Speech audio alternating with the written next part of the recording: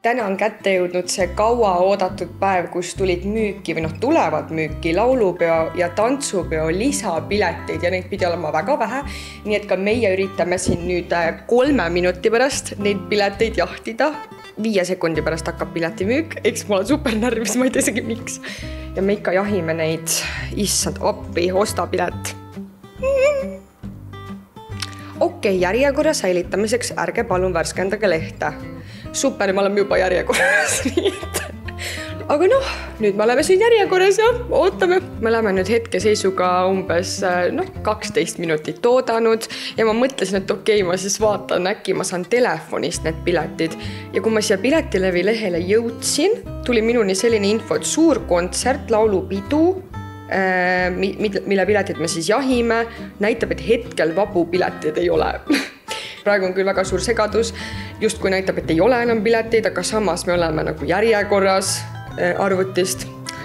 Eks siis ma ei tea, Ühesõnaga asjalood on nüüd sellised, et neid pileteid me ei saanud vist, sellepärast, et meil ta küll laeb, aga kui ma vaatasin laulu- ja tantsupeo Facebooki lehele, siis sinna alla on juba tulnud 4 kommentaari, ma loen ühe ette ka. Mõnisada see küll ei tundunud, olin Piletile vist koha peal varakult.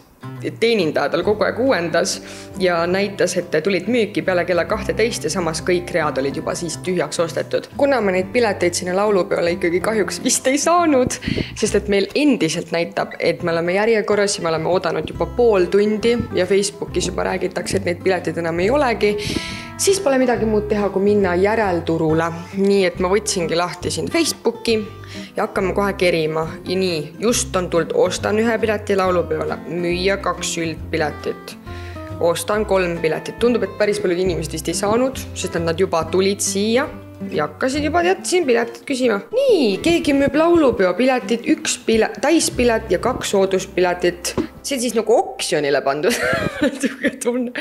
Nii, et oota, mis asja? 150 eurot. Okei.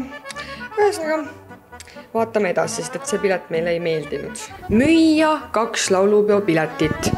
Parim pakkuja saab omale, need on siis üldala, kuhu me tahaksime ka minna. Ja mis siin parim pakkumine hetkel on? 70 eurot, ehk siis inimesed on nõus välja käima 70 eurot, et saada seda üldala piletit, mis muidu oli vist siuke 11 või 13 eurot. Müüa 1 laulupeo üldala täispilet 70 eurot.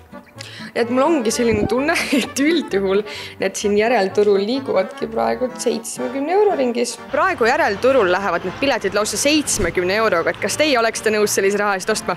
Ma arvan, et mitte, sest käisin seal eelmine kord, ehk siis laste laulupeol ja liiga palju rahvast oli, et ei tahaks osaleda. Ma arvan, et kui väga tahaks minna, siis või mingi põhjusega, et lapsele näidata midagi, siis võib-olla ostaks küll.